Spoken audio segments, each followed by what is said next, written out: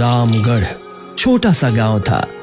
दिन में खेतों की चहल पहल, तालाब पर औरतों की हंसी और बच्चों की किलकारियां गूंजती। सब कुछ सामान्य दिखता, लेकिन सूरज ढलते ही गांव बदल जाता।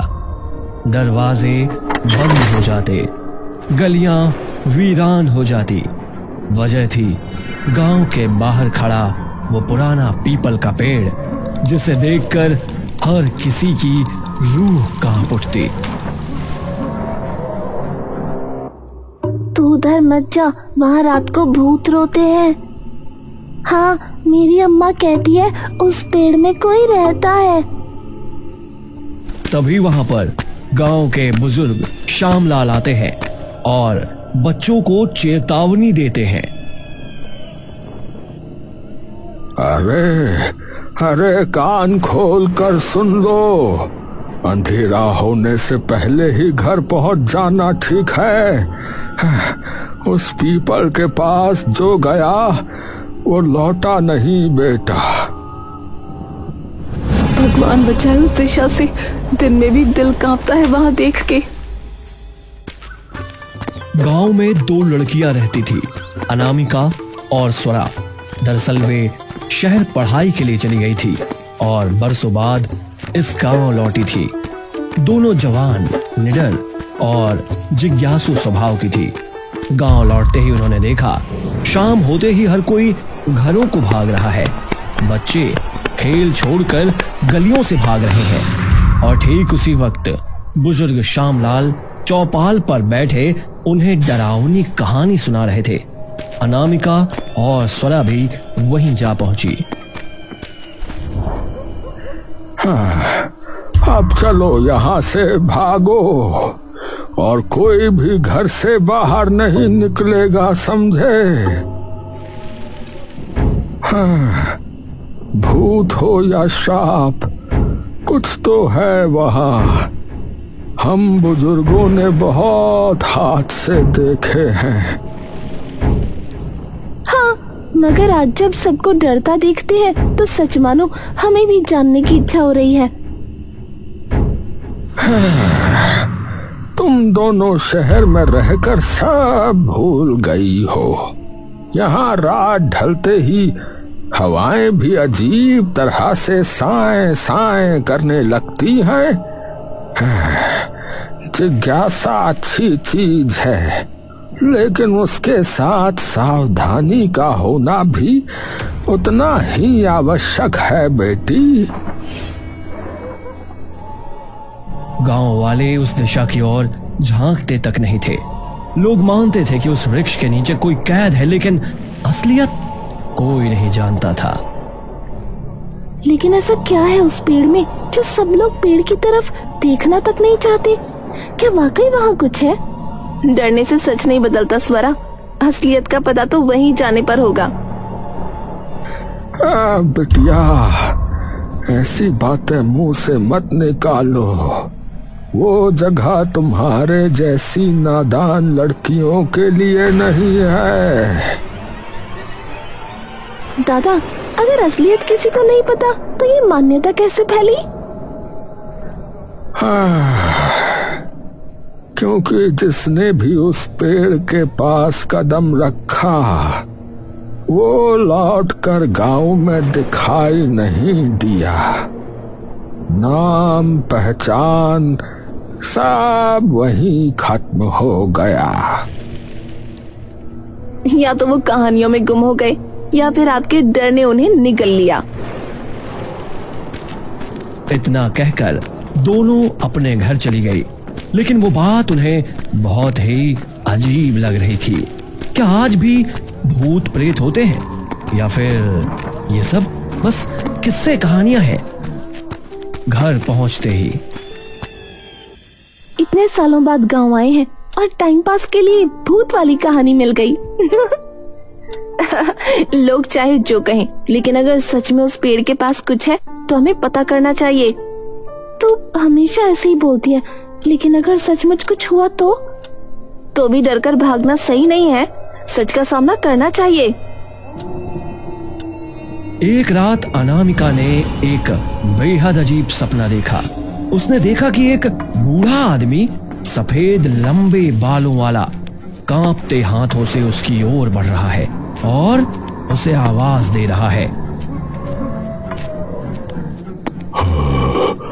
मुझे मुक्त करो, मेरी मदद करो, वरना सब नष्ट हो जाएगा। स्वरा, मैंने सपना देखा, एक बूढ़ा आदमी मदद मांग रहा था, कह रहा था मुक्त करो वरना सब नष्ट हो जाएगा। ये तो बहुत डरावना है, लेकिन इसका मतलब क्या हो सकता है? पता नहीं, लेकिन जो भी है वो बहुत बुरा और डरावना था। कुछ दिनों तक वही सपना उसे बार बार आने लगा। फर्क बस इतना था कि अब वही सपना स्वरा को भी आने लगा। स्वरा ने अनामिका को अपनी बात बताई। अनामिका, मैंने भी वही सपना देखा, वही बूढ़ा, वही शब्द, वही मदद की पुकार। कमाल है, एक ही सपना हम दोनों को, ये संयोग नहीं हो सकता। अगली सुबह जब वो गांव में घूमने निकली तभी थोड़ी परेशान दिखी और उन्हें सामने चौपाल पे श्यामलाल दिखा गए। उनके पास जाकर उन्होंने कहा, दादा, हमें अजीब सपने आ रहे हैं। पेड़ और कोई बूढ़ा आदमी दिखता है। लगता है जैसे हमें सच दिखाया जा रहा हो। अरे सपने कभी कभी हमें चेतावनी देते हैं, कभी वो चेतावनी, कभी सच और कभी सपने सपने ही होते हैं। तो हम इसे क्या समझें? अरे इसे सपना समझकर भूल जाओ, और क्या। इतना कहकर श्यामलाल वहां से चले जाते हैं, लेकिन अनामिका और स्वरा कुछ सोचती है और उसी शाम दोनों ने हिम्मत जुटाई और उस वृक्ष के पास पहुंची। सूरज ढल चुका था, चारों ओर धुंध और अजीब सा सन्नाटा था। पीपल के नीचे मिट्टी उखड़ी हुई थी, वहां से एक अंधेरी सुरंग जाती दिखी। अनामिका देख, यहाँ पर एक रास्ता है। अरे हाँ, चल चलते हैं, आज सच का पता लगा ही लेते हैं। दोनों ने हाथ कसकर पकड़े और मशाल लेकर उस अंधेरे सुरंग में उतर गई। मशाल की लौ कांप रही थी, जैसे हवा भी उन्हें रोकना चाहती हो। अनामिका, हम अंदर तो आ गए हैं, लेकिन यहाँ अंधेरा बहुत गहरा है, मुझे बहुत डर लग रहा है। हाथ पकड़ो स्वरा, डर कर कुछ नहीं मिलेगा, हमें सच जानना है। मशाल की लौ भी अजीब तरह से हिल रही है, लगता है जैसे कोई हमें देख रहा हो। सावधान रहो, हर कदम सोच समझ कर रखना। यहाँ सिर्फ अंधेरा ही नहीं, खतरा भी है। सुरंग के अंधेरे में चलते हुए अचानक अनामिका और स्वरा को किसी बूढ़े आदमी की आवाज सुनाई दी। बेटियों, मेरी मदद करो, मैं यहाँ कैद हूँ, मुझे बचाओ। अनामिका और स्वरा ने देखा कि ये आवाज तो किसी अदृश्य दिशा से आ रही थी। अचानक उनके सामने एक धुंधली परछाई उभरी जो धीरे धीरे आकार ले रही थी। अनामिका, क्या वो वही बूढ़ा है?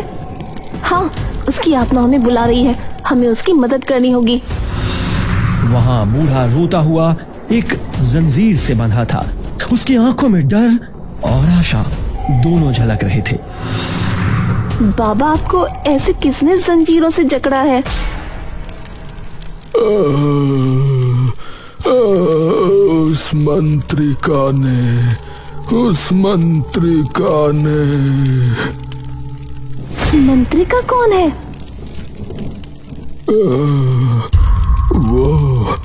वो एक तांत्रिक है। लेकिन आपको ऐसे जंजीरों में क्यों जकड़ के रखा है?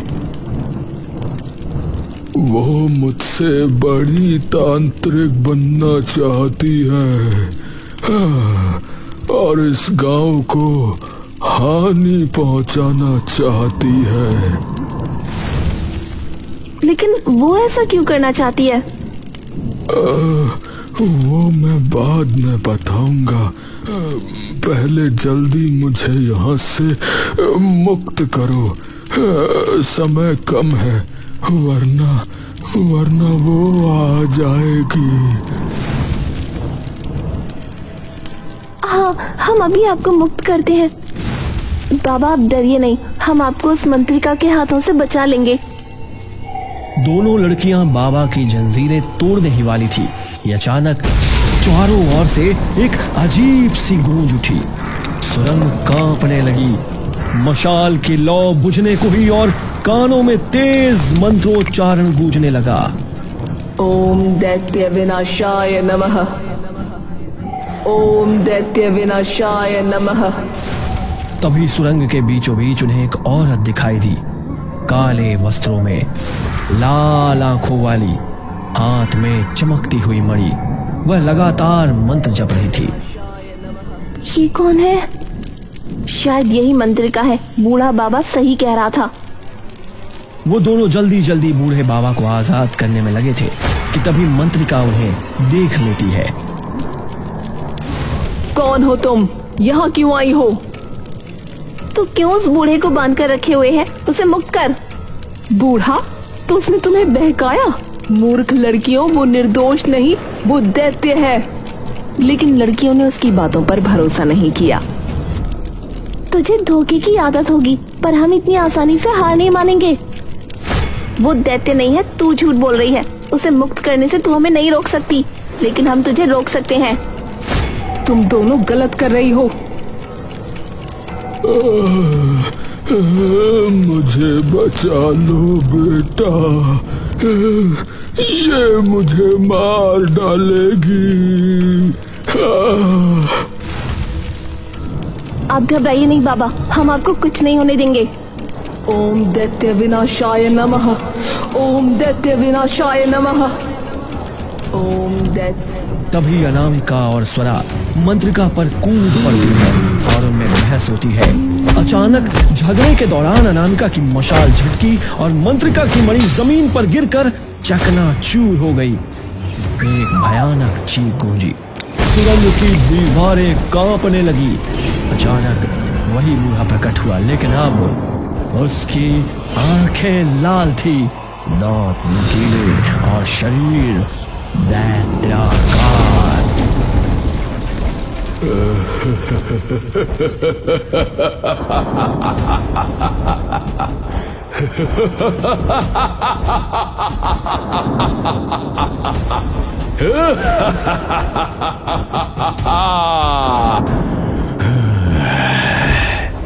आखिरकार आजाद हो गया मैं।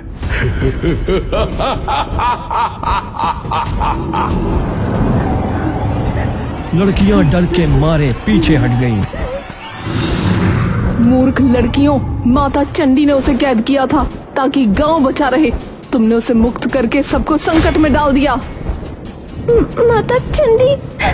हाँ, माता चंडी, जो गांव की कुल दैवत है, और मैं उनकी वाहक हूँ। इस दैत्य से गांव को बचाने के लिए माता ने मुझे चुना था। माफ कीजिए, हमें लगा आप बुरी तांत्रिक हो। हमसे बहुत बड़ी भूल हो गई।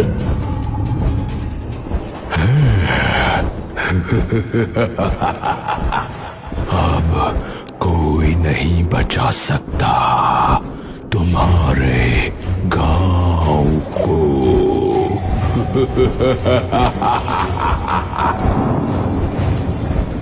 दैत्य ने पंजे फैलाए और अनामिका और स्वरा पर झपटा। तभी मंत्रिका उनके सामने आ खड़ी हुई। नहीं दैत्य, पहले तुझे मुझसे लड़ना होगा। तू मुझे रोकने की हिम्मत करती है। अब कोई नहीं बचेगा। तू हमें बचा रही है? हाँ बेटियों, मेरी नियत यही थी। तुम्हें सुरक्षित बाहर निकालना ही मेरा काम है। हम डरने वाले नहीं हैं, तुम्हारे सामने खड़ी हैं। तू मामूली सी लड़की मुझे खत्म करेगी?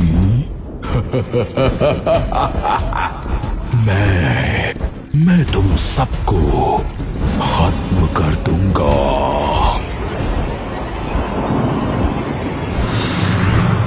भीषण टकराव हुआ। मंत्रों की गूंज से सुरंग हिलने लगी। मंत्रिका ने पूरी शक्ति लगाई और दैत्य को अनामिका और स्वरा से दूर धकेल दिया, लेकिन धीरे मंत्रिका की शक्ति दैत्य के सामने कम होने लगी। भागो अभी, वरना तुम भी नष्ट हो जाओगी। ये दैत्य पूर्णिमा तक इस गुफा के बाहर नहीं निकल सकता। तभी अनामिका और स्वरा ने देखा दैत्य उस मंत्रिका पर हावी हो रहा था। अनामिका और स्वरा को बहुत बुरा लगा, लेकिन वो चाह कर भी कुछ नहीं कर पा रही थी। तब एक छोटा सा पंछी वहां पर आया और मंडराने लगा। कुछ ही समय बाद एक रोशनी प्रकट हुई।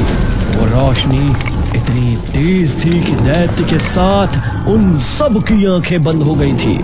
उसी का फायदा लेके मंत्रिका अनामिका और स्वरा को लेके गुफा से बाहर आ गई। मौका देखते ही दोनों गुफा से बाहर आई और एक भयानक चीख उस गुफा से निकली। माँ चंडी ने हमें बचा लिया। हमें माफ कर दीजिए, हमें नहीं पता था आप माँ चंडी की वाहक हैं। हाँ, हमसे बहुत बड़ी भूल हो गई। सच में हम नहीं पहचान पाए आपको। लेकिन अब दैत्य आजाद हो चुका है, अब हम क्या करेंगे? वो अगली पूर्णिमा तक कुछ नहीं कर पाएगा। अब माता चंडी ही हमें मार्ग दिखाएंगी। सबने चंडी के लिए हाथ जोड़ के प्रार्थना की। वो दोनों, उन्हें सिर्फ एक ही चिंता थी, आने वाली पूर्णिमा के बाद वो दैत्य सब कुछ खत्म कर देगा। लेकिन उसके पहले दैत्य का खात्मा करना होगा। लेकिन कैसे? अनामिका, हमें पूर्णिमा से पहले कुछ करना होगा। अब हमें माता चंडी ही बचा सकती हैं। उस रात अनामिका और स्वरा सो रही थी। जैसे ही नींद गहरी हुई, उनके सपनों में अचानक एक तेज रोशनी आई। वो रोशनी धुंधली रूप में बदलकर माता चंडी बन गई, जो उनके सामने खड़ी थी। बेटियों, डरो नहीं, मैं तुम्हारी मदद के लिए आई हूँ। माता चंडी, आप सच में आप हैं? हाँ, मैंने तुम्हें इसलिए सपने में बुलाया क्योंकि असल में समय बहुत कम है। मैं तुम्हें बताऊंगी कि कैसे दैत्य को हराया जाए। माता चंडी ने दोनों के सामने दैत्य को मारने की योजना स्पष्ट की। उन्होंने दिखाया कि किस तरह पूर्णिमा की रात वृक्ष के नीचे गुफा में अग्निकुंड और मंत्रों की सहायता से दैत्य का दैत्य स्वरूप समाप्त किया जा सकता है।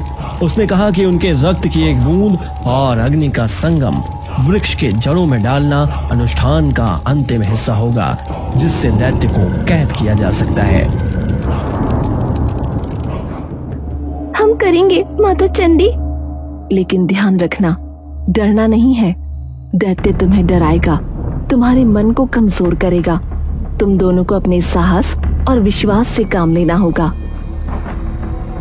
माता चंडी ने दोनों को मंत्रों की आवाजें और अग्निकुंड की तैयारी का अभ्यास करवाया।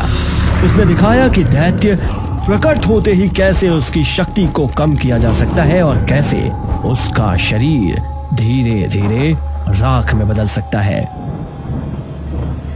जब दैत्य प्रकट होगा, तुम दोनों केवल अनुष्ठान और मंत्रों पर ध्यान दो। डर के सामने मत झुको। याद रखना, ये लड़ाई सिर्फ बाहरी नहीं, अंदर की भी है।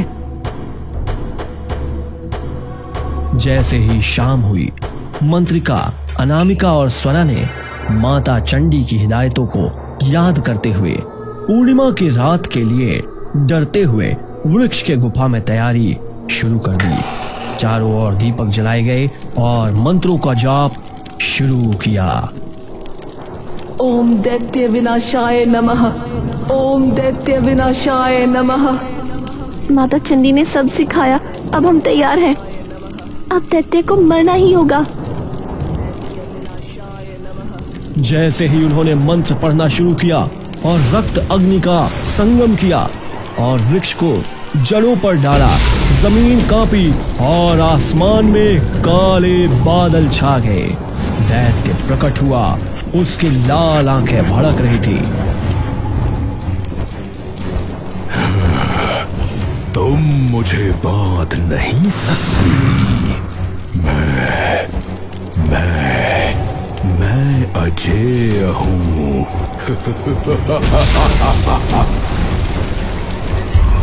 हम हार नहीं मानेंगे।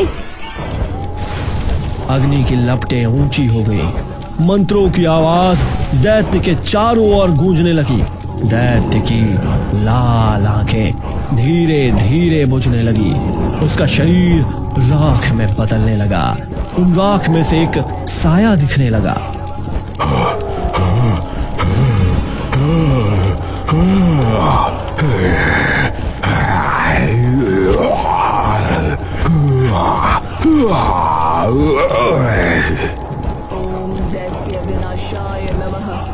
जैसे ही दैत्य राख में बदलने लगा, अचानक चारों ओर धुंध गहरी हो गई। उस धुंध के बीच एक रोशनी फैलने लगी और उसी रोशनी से बूढ़ा दादा प्रकट हुए।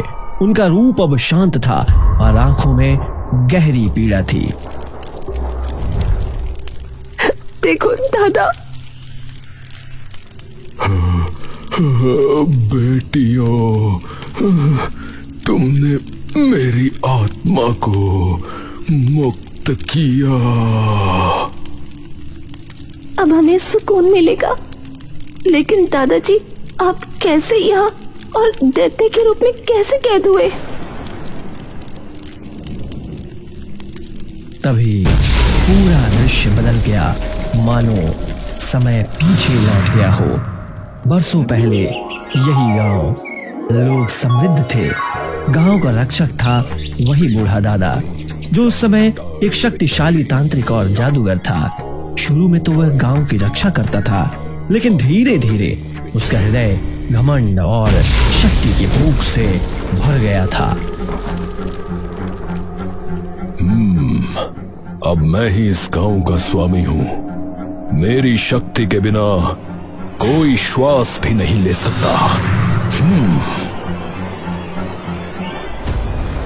लोग डर के साए में जीने लगे। दादा बलिदान मांगने लगा, गांव वालों को अपने वश में करने लगा। उसकी आंखों में लालच और चेहरे पर अहंकार था। हे माता, हे देवी, हमें बचाइए, ये हमें नष्ट कर देगा। हमें बचाइए माता। तभी गांव की कुल देवी चंडी प्रकट हुई। सफेद आभा, लाल तिलक और तेज से चमकता हुआ रूप।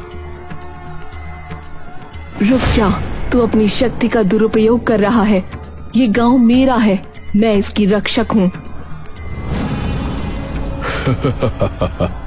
मुझे कोई नहीं रोक सकता, न तू और न तेरा ये श्राप। मैं अमर हो जाऊंगा।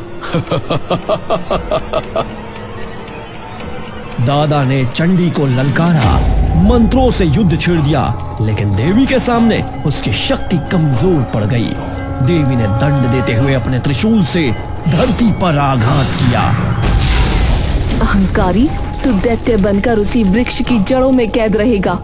जब तक तेरी आत्मा अपने पापों का पश्चाताप नहीं करेगी, तू शांति नहीं पाएगा। और देखते ही देखते दादा का रूप विकृत होकर दैत्य में बदल गया। उसकी आंखें लाल, शरीर भयानक और जंजीरों में जकड़कर पीपल की जड़ों के नीचे कैद हो गया। गांव डर के साए में जीता रहा और यही बन गया श्रापित वृक्ष। धुंध छट गई। बूढ़ा दादा आंसू भरी आंखों से अनामिका और स्वरा को देख रहे थे।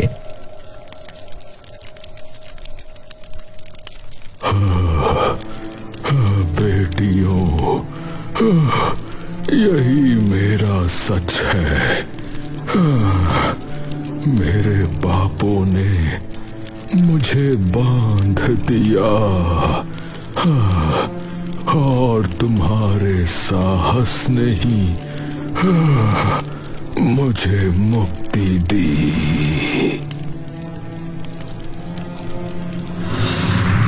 तभी प्रकाश का एक गोला बना और उसी से मां चंडी प्रकट हुई, लेकिन इस बार वो भयावह नहीं बल्कि कुल देवी के दिव्य स्वरूप में थी। आप तो गांव की रक्षक देवी हैं। हमें लगा आप तांत्रिक थे। मैं तुम्हारे गांव की कुल देवी हूँ। मुझे चंडी नाम से पूजा जाता है, लेकिन जब दैत्य की शक्ति बढ़ने लगी तो मैंने खुद को गुप्त रूप में छिपा लिया ताकि सही समय पर उसे रोक सकूं। मां चंडी ने दोनों लड़कियों के सिर पर हाथ रखा, उनकी आंखों में आत्मविश्वास और साहस भर दिया। बेटियों, तुम्हारे साहस से ही आज ये श्राप टूटा है। डर ने जिस सच को छुपाया था, तुम्हारे विश्वास ने उसे उजागर किया। माँ, हमने गलती से दैत्य को मुक्त किया, लेकिन आपने हमें रास्ता दिखाया। यही नियति थी। जब तक इंसान अपनी गलती नहीं देखता, वो सुधार नहीं पाता। तुम दोनों इस गांव की सच्ची रक्षक हो। इतना कहकर देवी का स्वरूप आकाश में विलीन हो गया, लेकिन उनके आशीर्वाद की रोशनी पूरे गांव पर फैल गई। गांव के लोग अगले दिन देख रहे थे कि श्रापित वृक्ष तो अब सामान्य लग रहा था। उसके नीचे कोई आहट, कोई चीख नहीं थी। पहली बार गांव में सुकून और आजादी की हवा बही। इस तरह अनामिका और स्वरा के साहस, चंडी के मार्गदर्शन और दादा की आत्मा की मुक्ति से रामगढ़ गांव उस श्राप से हमेशा के लिए आजाद हो गया।